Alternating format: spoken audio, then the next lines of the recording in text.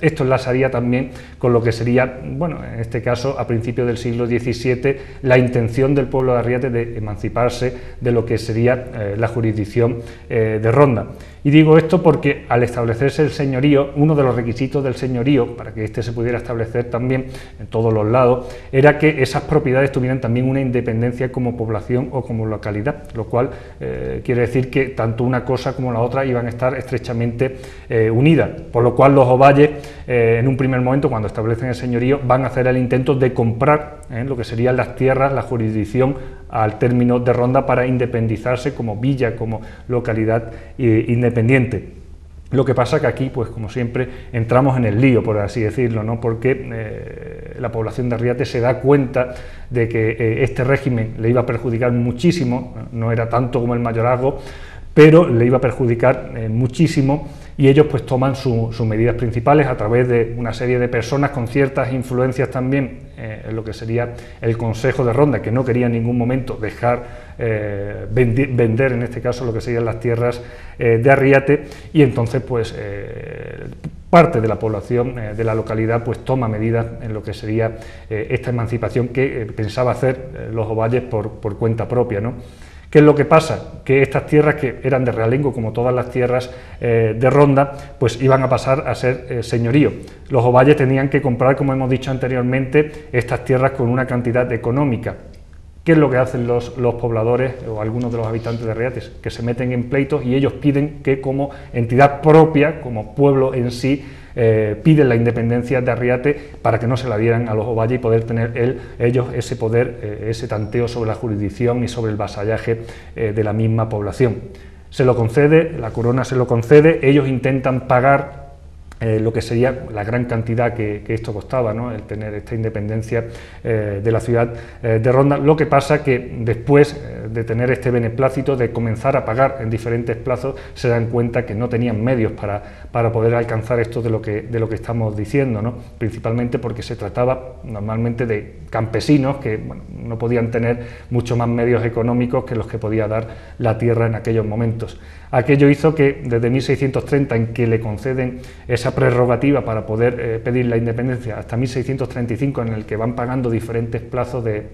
esta liberación de la villa en sí, pues se dan cuenta que no pueden pagarla, con lo cual tienen que dar un paso atrás bastante doloroso, y en este caso, en vez de devolver estas tierras a lo que sería el realengo, a esas tierras de la corona en sí, pues deciden que mucho mejor que eso pues sería estar bajo el vasallaje de los señores de nuevo de los ovalles. Tienen que ponerse de nuevo en contacto con estos señores y le piden que paguen esta deuda que ellos no podían saldar. Claro, ellos lo van a pagar, se van a comprometer a pagar esta deuda de la que estamos hablando, pero con el condicionante bastante expreso de que ellos volvía a haber un régimen de señorío en la población en el que ellos tuvieran todo el poder sobre los vasallos, ¿no? sobre estos pobladores, sobre las tierras, sobre los monumentos, sobre los edificios, etcétera, etcétera. Desde 1635 hasta 1661 se van sucediendo los plazos de pago por parte de los señores, después de muchos pleitos en los que bueno, hay también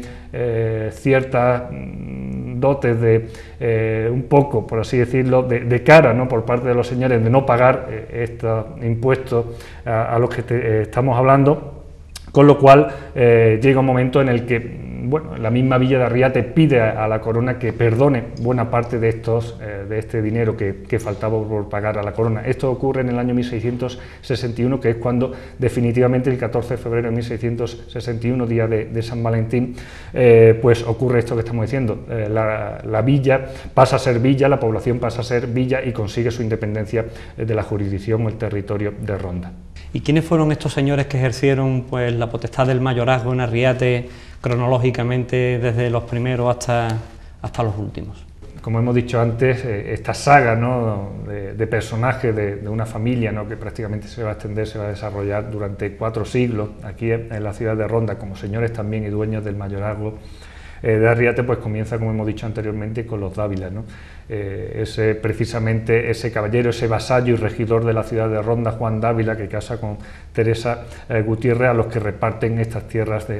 buena parte de las tierras de lo que sería hoy el término municipal de Arriate. Estos van a entroncar poco después con los Ovalle, ¿no?, a través de una de sus hijas, y con esto pues los Ovalle, también una familia bastante considerada en la ciudad de Ronda, también regidores perpetuos de la ciudad durante muchos años y prácticamente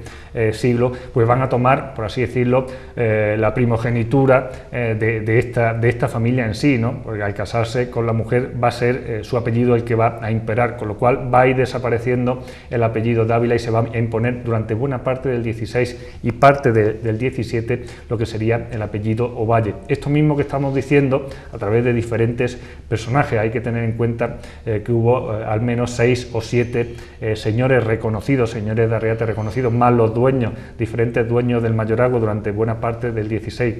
todo el 16 completamente, y también buena parte del siglo XIX, dueños del mayorazgo, como hemos dicho anteriormente, pues serían una serie de personajes bastante extensos, ¿no? Hemos dicho Juan Dávila, después vendría Francisco de Ovalle, después vendría Rodrigo de Ovalle, después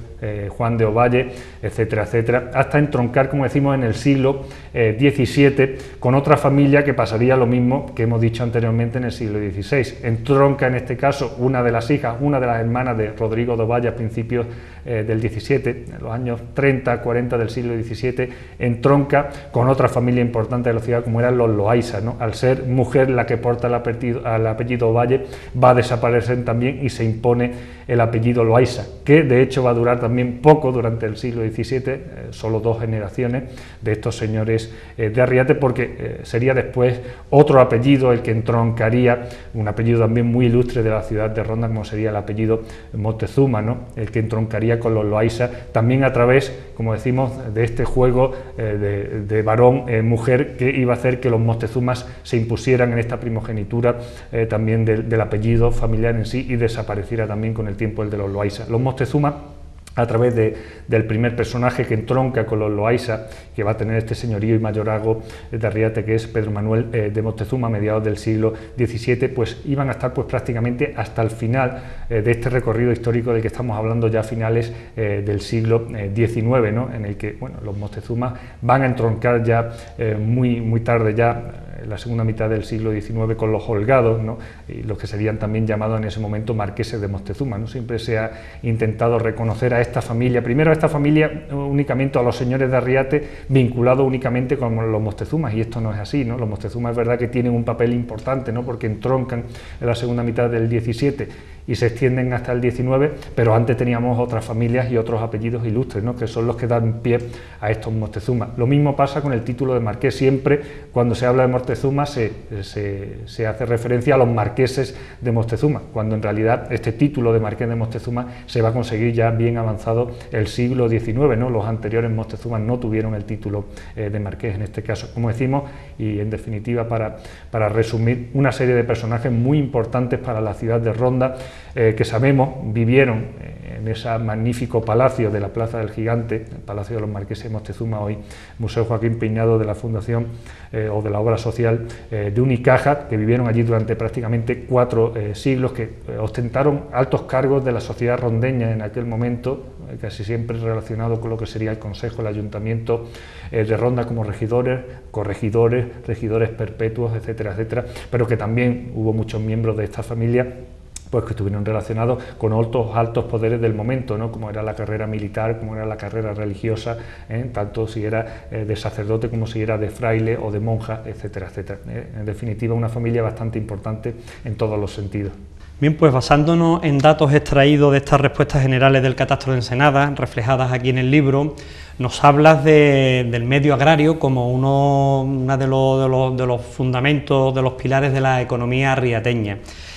También vemos que has hecho un trabajo muy interesante sobre las acequias, los molinos, las huertas y todo ese entramado de infraestructura que formaban parte de ese medio agrario.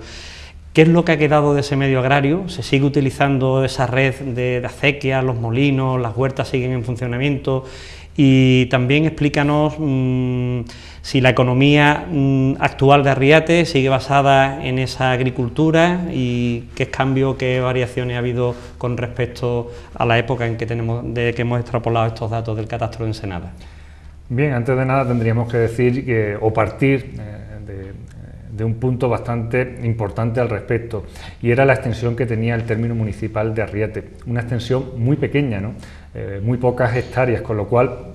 estas tierras también estaban bastante restringidas. Tenemos, por supuesto, como solía ser normal en toda la serranía, un régimen de minifundio, en el que bueno, las extensiones de tierra pues eran bastante pequeñas, y a través de este catastro de Ensenada, como tú muy bien dices, pues nos da una relación bastante clara a mediados del siglo XVIII de cómo era esa estructuración de las tierras o la roturación de las tierras en aquel momento. Sabemos por ello que gran parte o gran porcentaje de estas tierras se dedicaban, como suelen pasar hoy día, a la labor o al cultivo de cereales, ¿no? Trigo, cebada, etcétera, etcétera, al menos en un 70 u 80%, mientras que el 20% restante pues estaba dedicado a otros cultivos minoritarios, ¿no? En aquel momento, pero muy interesantes y muy importantes también en la zona de Arriate, ¿no? Por la abundancia de agua y por la fertilidad del valle en sí, ¿no? Y por la cercanía del río. Nos estamos refiriendo a las huertas, ¿no? Buena parte de las tierras que estaban cercanas al río, en su paso por el término municipal de Arriate, el río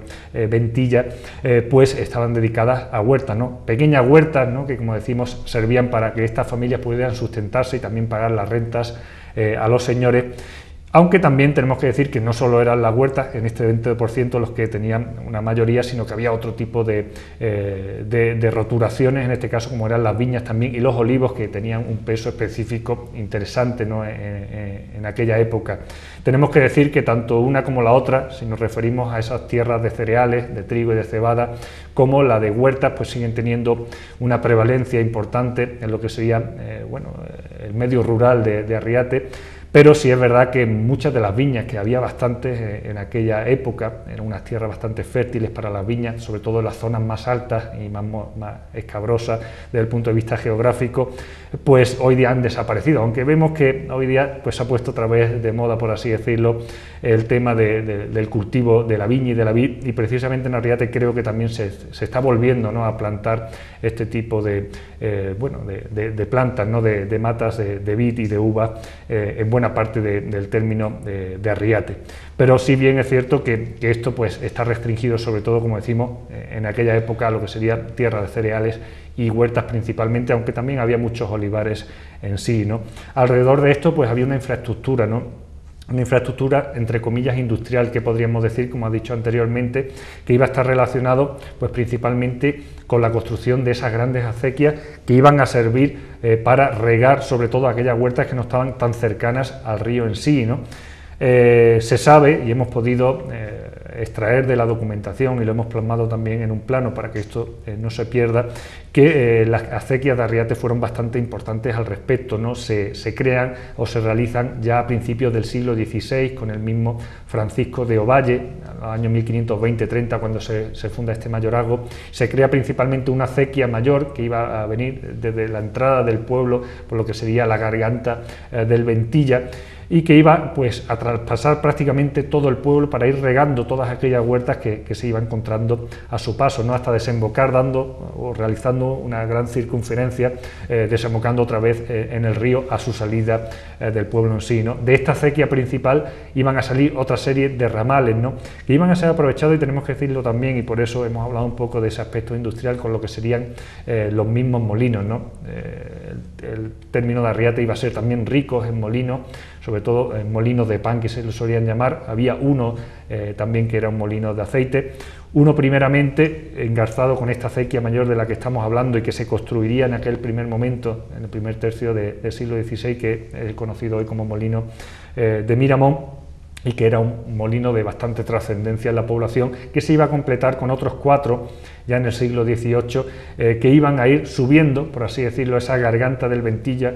hacia arriba, ¿no? Lo que han venido llamándose como el molino Quemado, el molino La Mirla, el molino Canto, ¿no? Esos 3 molinos que se crean en el siglo XVIII, y ya a finales del siglo XVIII otro, cuando ya veían que no se podía construir más arriba porque se metía en términos de ronda, lo construyen en este caso en la parte baja del pueblo, que se se llamaba el molino de abajo. Todos estos molinos, buena parte de estos molinos, vivían también o se alimentaban también, entraban en funcionamiento con lo que serían las acequias, ¿no? Principalmente este molino de Miramón y el molino de abajo, que utilizaban también este agua de la misma acequia pues para mover lo que serían las ruedas del molino, lógicamente, y después desaguaban para también seguir regando estas huertas de las que hemos hablado.